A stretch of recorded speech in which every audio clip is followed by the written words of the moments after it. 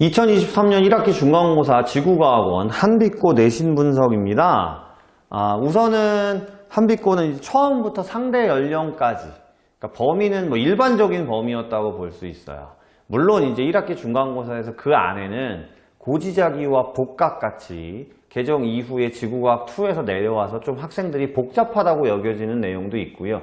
그 다음에 상대 연령까지였기 때문에 절대 연령 문제는 안 나왔으니까 그 부분은 좀 배제하고라도 이제 상대 연령이라는 부분이 지층의 나이를 비교하는 거다 보니까 지질 구조랑 연속적으로 가지고 와요. 그래서 순서, 그 다음에 깊이에 따른 연령 그래프를 주고서 지질 구조 중에 습곡이냐 단층이냐 이런 것들을 찾는 유형의 문제들이 많은데요. 선생님이 난이도가 이제 좀 낮았다라고 얘기하는 거의 기준은 객관식으로 22문항만 출제가 됐습니다. 이번 중간고사의 포인트는 물론 서술형이 나온 학교들도 있지만 객관식 문항으로 출제한 학교들이 많았어요. 그러다 보니까 어쨌든 간에 상위권 등급을 얻기 위해서는 좀 기본 내용에 정확하고 충실하게 공부하는 연습이 중요했던 거고요. 별 2개를 드린 건 수특이나 고3 모의고사에서 있는 많이 어렵고 까다롭게 꼬아져 있는 문제들보다는 전체적으로 그림과 그래프를 보면서 정확하게 기본 내용을 알고 있느냐라는 문제들 위주로 출제를 했기 때문에 별 2개를 드렸고요.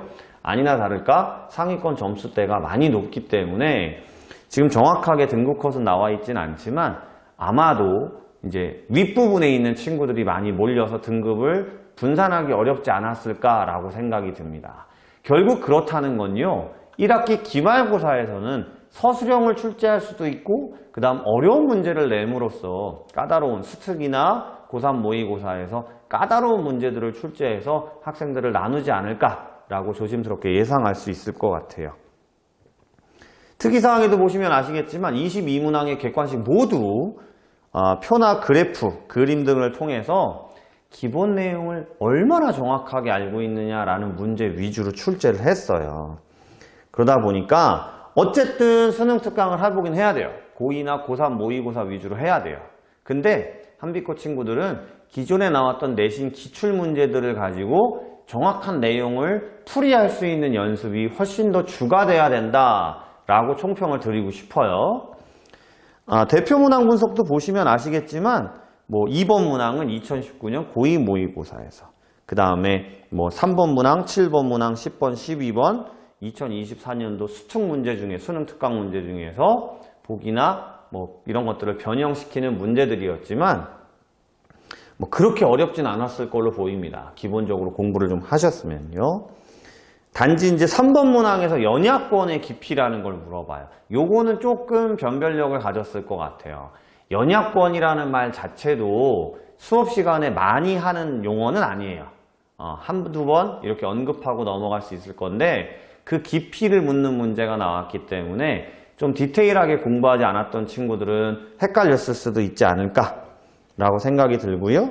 나머지 문항들은 내신 기출문제, 타 학교의 내신 기출문제들을 그동안 저희 학원에서는 꾸준히 주고 풀리게 했거든요. 그 정도를 돌릴 수 있었으면 너무 어려운 문제들이 안 나왔기 때문에 충분히 대비가 되지 않을까 싶어요. 맨 마지막에 이제 응외함을 건층으로 하는 이라고 표현을 했는데 이제 건층이라는 용어도 기준층인데 열쇠층. 요것도 이제 수업 시간에 한두 번 이제 문제를 어떻게 푸는지는 보여드리지만 이 건층이라는 용어 자체를 이제 매번 학생들한테 똑같이 하는 총평이고 똑같이 하는 분석인데요. 결국 수업 시간에 용어들이 정확해야 돼요. 지구과학은.